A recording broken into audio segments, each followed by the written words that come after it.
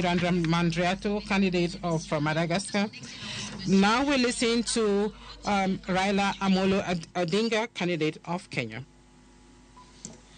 Thank you. Well, I mentioned earlier on about the inter-African trade, which today stands just at 15%. Inter-European trade, on the other hand, stands at 70%. Inter-Asian trade stands at 60%. Africa trades more with the external world than with itself, wasting a lot of resources. Now, how did Europeans come from behind and leapfrog and overtake Africa?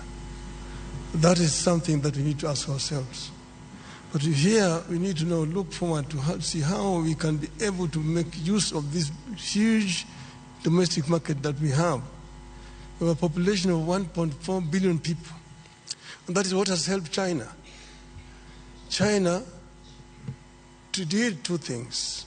One was to train the younger generation, the youth, so that they had a very highly skilled manpower. And when they liberalized their economy, the manufacturing unit in the West rushed to China. If you go to China, for example, take the automobile, the Ford, the Jeep, the BMW, the Mercedes, the Toyota, the Nissan, they're all there in China. And because there was cheap, highly skilled, cheap labor, secondly, cheap raw material. The raw materials which they were actually getting originally from Africa. And that is how China has managed to develop a 600 million people middle class. Africa can be able to fill the gap which is being left down there by China by actually coming together and opening up. So we need to come together as Africa and create an African market which will be able to attract investors to come to our continent. Africa is the youngest continent in terms of population. 70% of our population is below the age of 35.